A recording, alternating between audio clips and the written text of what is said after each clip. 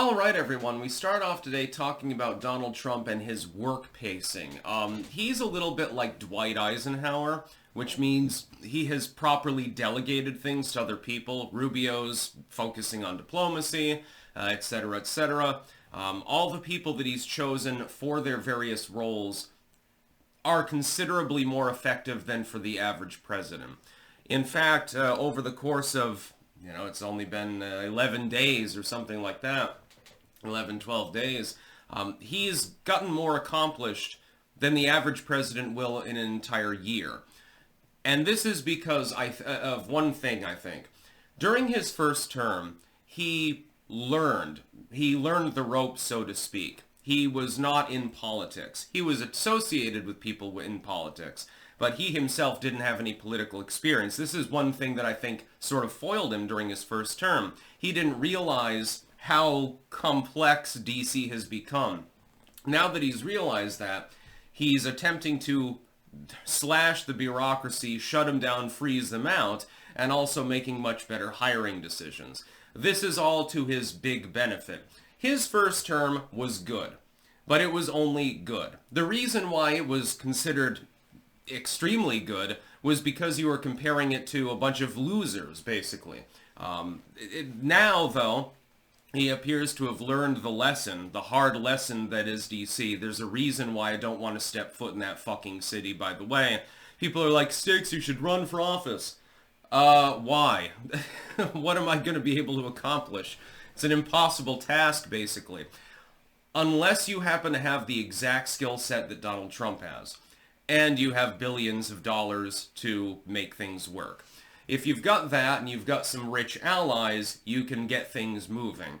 If you're just some online influencer, I don't think that's going to work so well. Also, I'd be fucking miserable. I have to live in a city around a bunch of lawyers and politicians. Yeah, count me out, dude. Not going to happen. I mean, I would be reluctant to run for an office in the state of Vermont outside of my own hometown. Hell, even there it might be a little bit difficult.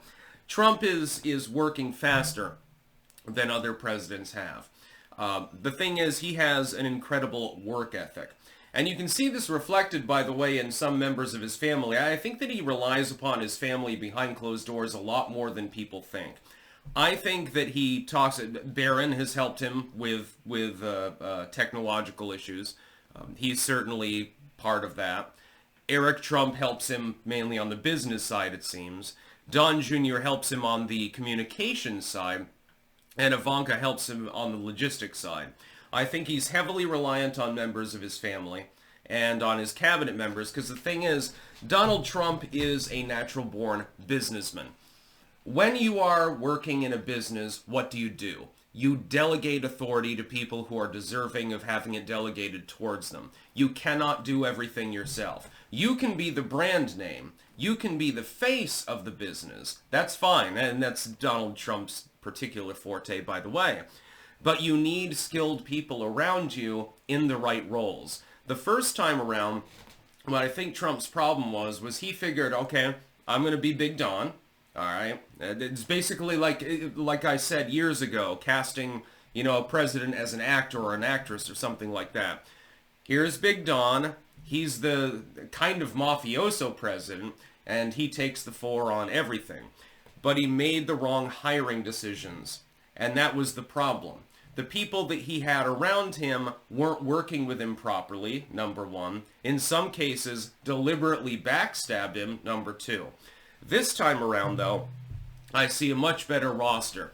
It's like watching I hate to use the terminology because I hate sports ball. Imagine that you get a football team.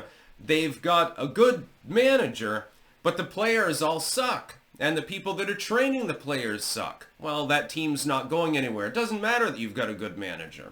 Now let's say they say, okay, what can we do different? Oh, maybe we hire more talented players. Well, that dude runs really fast, that dude really knows how to throw a ball, and that dude can take a hit, and his nickname is Sledgehammer. Maybe we hire them instead. And maybe we train them better, get better trainers. Now the players are doing better. The team is functioning much more. And the brand increases as a result of that. And the manager, of course, gets kudos for better hiring decisions. That's basically what's happened in DC right now.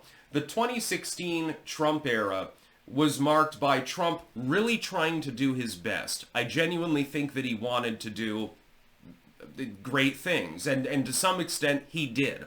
But he was hampered constantly by the fickleness of the Republican Party and the inability of the people around him to bypass that fickleness. The House Republicans are always going to be fickle. They're House Republicans. Need I say more? This time around, he's gotten the A-team together, so to speak. I realize that Rubio's not everyone's cup of tea, but I'm willing to give him a shot, and he's pivoted directly to diplomacy, which is what the State Department is for, so in that sense, I have no problem with him. Ideologically, maybe I do sometimes, but I think he'll do better than the last State Department. Not that that's a hard act to follow. So we'll give little Marco a chance. Let him prove himself. Honestly, I think he'll probably do a pretty good job. That's exactly the kind of role I would imagine him in, actually. I think that with Zeldin, which, I mean, it's hilarious to even state, Lee Zeldin running the EPA, Tulsi is going to be an Intel, probably. I don't think she's been confirmed yet. We probably get RFK Jr. We probably get Patel, etc., on down the line. These people are simply more effective and more activated in their roles than we saw from the prior incarnation of the administration. And considering the fact that we just weathered 4 years of Sleepy Joe, it's going to be real fucking difficult for Donald Trump to fuck up bad enough so that he gets negatively compared to the prior administration. It would be a monumental effort. He would have to try to mess up, honestly. I don't think that that's what he's trying to do. This time around will probably be better than the first administration was, and that one was already totally acceptable. While he didn't always make the right decisions, and while he sometimes failed in decision-making, for instance, the ADA was never repealed, although that wasn't really his fault, generally speaking, it was good. That's the first time we've had a good presidency since the first term of goddamn Ronald Reagan. I wasn't even alive to see that period of time. I remember that nostalgically before I was even born as a period of Muppets and shit like that. Honestly, would love to live in 1983 for the rest of eternity, as long as they had good Wi-Fi. That's about all. Peace out.